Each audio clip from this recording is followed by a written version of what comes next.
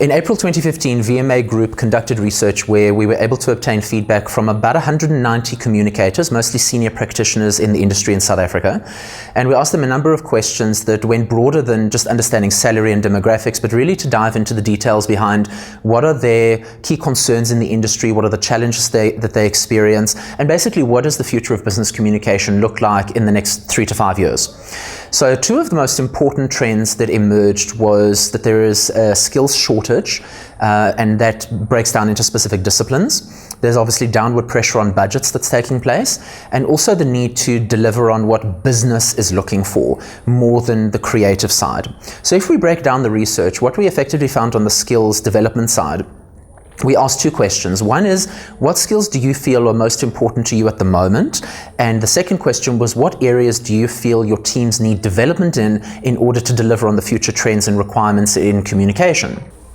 What was relatively concerning in the first question was that approximately 50% of respondents, bearing in mind these are senior practitioners, said that creativity was actually the most important skill in business communication.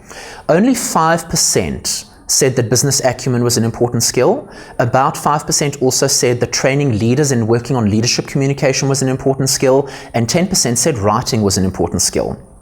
Now, when we asked the second question, where do you need development, that was where some of the more encouraging insights came from, where we found that between 25 and 30% of respondents each said they needed training in those disciplines. So that's obviously understanding more about business acumen, financial understanding, really understanding the business issues, understanding the reputational impact of a share price drop, or what reputation could do to drop a share price, the impact of exchange rate on the commodity market, and if you're dealing with a client in dollars, a 30% depreciation in the rand-dollar exchange rate has a huge impact.